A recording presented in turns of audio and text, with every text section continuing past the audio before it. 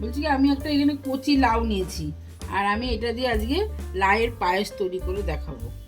তারপরে আমি এই লাউটাকে 4 ভাগ করে কেটে নিলাম। এখন লাউয়ের খোসাগুলো ছাড়িয়ে ভালো করে ধুয়ে নেব। যে এভাবে করে লাউগুলোকে কেটে নিলাম। দেখো কি সুন্দর বেরিয়েছে।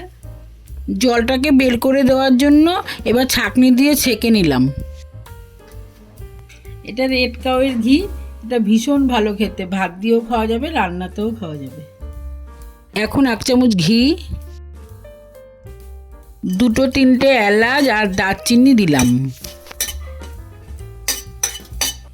এখন কিছুটা কাজু বাদাম আর কিশমিশ দিয়ে দিলাম। এবার সব লাউগুলোকে ঢেলে দেবো। লাউ বেশিক্ষণ রাখা যায় না, ভালো হয়ে যাবে। এবার লাউটাকে একটু ঘিয়ের মধ্যে ভেজে নেব, তারপরে দুধ গরম করে দিয়ে দেবো এর মধ্যে। এখানে 1.5 লিটার দুধ আছে। এটা ফুটে উঠলে এই গুড়টা দেওয়া হবে। যে যার আন্দাজ মতন গুড়টা দেবে, আমি একটু মিষ্টি কম খাই তাই আমি কম দেব। দুধটা ফুটে উঠেছে, এবার আমি এখানে আস্তে আস্তে করে গুড় দেব। এই তো কি দেখাবো, একদম লাউয়ের পায়েস আমার কমপ্লিট।